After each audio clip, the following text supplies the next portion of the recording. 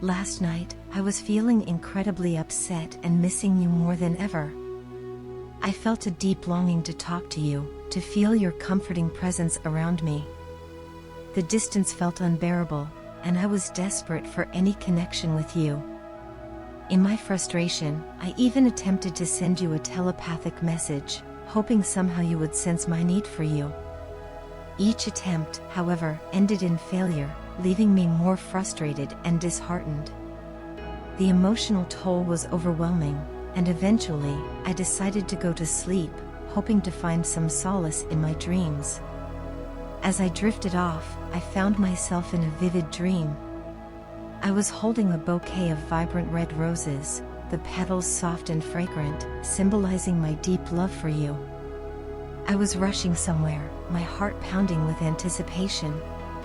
I soon arrived at a charming house and rang the doorbell, my excitement building. However, there was no answer. I rang the bell once more, and this time, the door opened to reveal a very beautiful person who looked exactly like you. Relief washed over me as I saw you standing there.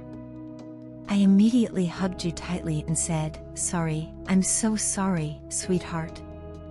Please forgive me for forgetting our anniversary." You looked at me with a hint of anger in your eyes and walked away without a word. Panic set in as I realized the depth of my mistake. Determined to make amends, I followed you, gently taking your hand in mine. I began to sing a romantic song, hoping to soften your heart. As I sang, I reached into my pocket and pulled out a piece of chocolate, offering it to you as a small gesture of my love. Then, I held you from behind and carefully placed a beautiful bracelet around your wrist, a token of my sincere apology. Despite my efforts, you still appeared upset. Desperate to make things right, I decided to do a few sit-ups while holding my ears, a playful yet earnest attempt to show my remorse. Finally, you relented, feeling pity for me, and forgave me. However, you made me promise that I would never forget our anniversary again. I hugged you lightly, my heart swelling with gratitude, and promised that I would never forget this day, the day I received my life's greatest happiness. The truth was, I had purchased your gift days in advance. I had never actually forgotten our anniversary. Instead, I pretended to forget because I enjoy seeing you a little angry sometimes. There's something undeniably sexy about you when you're riled up. When I confessed this to you, you playfully pulled my ears. "I'm sorry, baby," I said with a sheepish grin, "but I like to annoy you a little sometimes. You look so incredibly beautiful when you're all riled up." After my confession, we celebrated our anniversary with joy and laughter. We cut a delicious cake and fed each other sweet bites, savoring the moment. We danced slowly to romantic tunes, swaying gently, lost in each other's eyes. The world seemed to fade away as we held each other close. I kissed your forehead tenderly and whispered, "Thank you for coming into my life and making me the luckiest person alive." You hugged me tightly, and with a voice full of emotion, you whispered back, "I love you so much, way more than I can comprehend. I hope I get to live every lifetime with you." We stayed in each other's arms for what felt like an eternity, basking in the warmth of our love.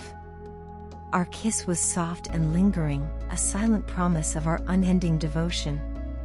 The happiness and contentment we felt in that moment were beyond words. When I finally woke up, I felt an overwhelming sense of joy. The dream had been so vivid, so real, that it left me with a lingering feeling of happiness and love. I couldn't wait to share this wonderful dream with you.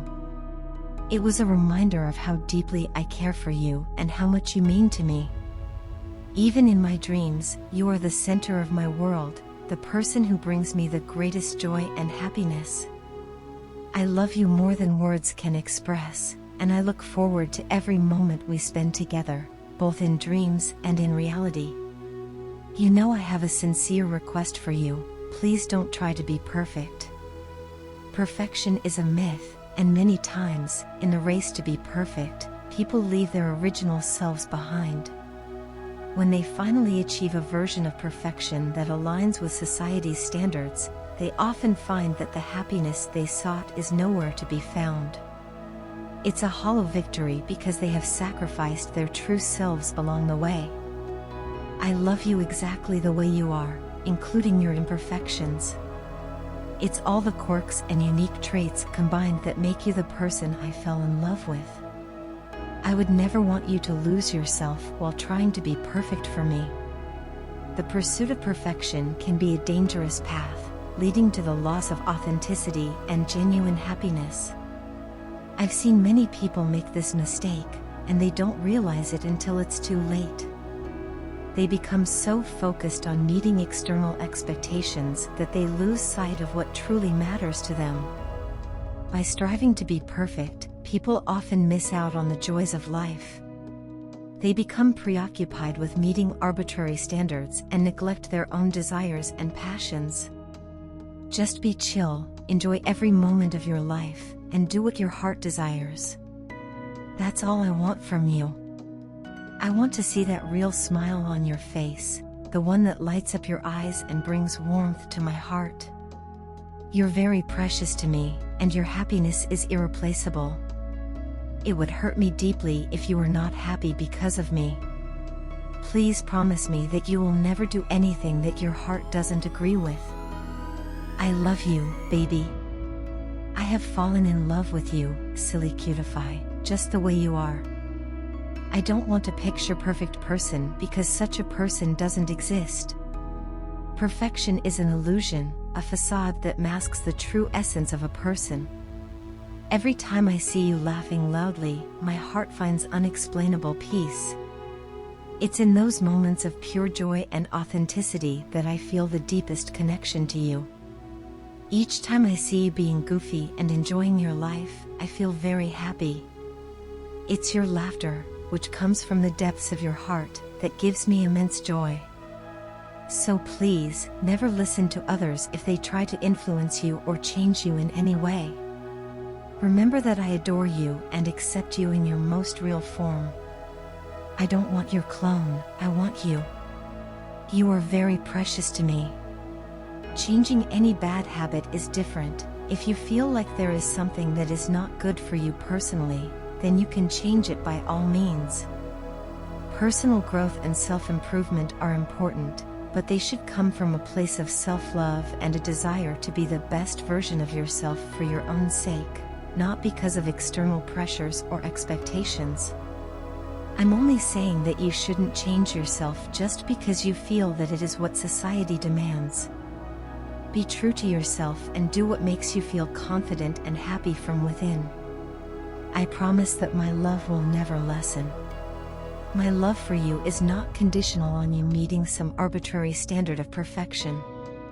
I love your soul and your heart. It's the essence of who you are that I cherish and adore. I hope that you understand what I'm saying and think deeply about this. Your authenticity, your true self, is what makes you special.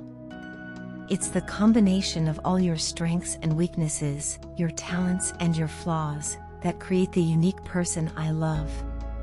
Don't let the world convince you that you need to be something other than who you are. Embrace your individuality, and let your true self shine. It's your happiness that matters the most to me. I want to see you live your life with joy and fulfillment, free from the pressures of trying to meet unrealistic standards. Your laughter, your goofiness, your genuine smile, all these things bring me immense joy. So please, promise me that you will always stay true to yourself. Don't change for the world, instead, change the world by being your authentic self. You are enough just as you are, and I will always love you for it.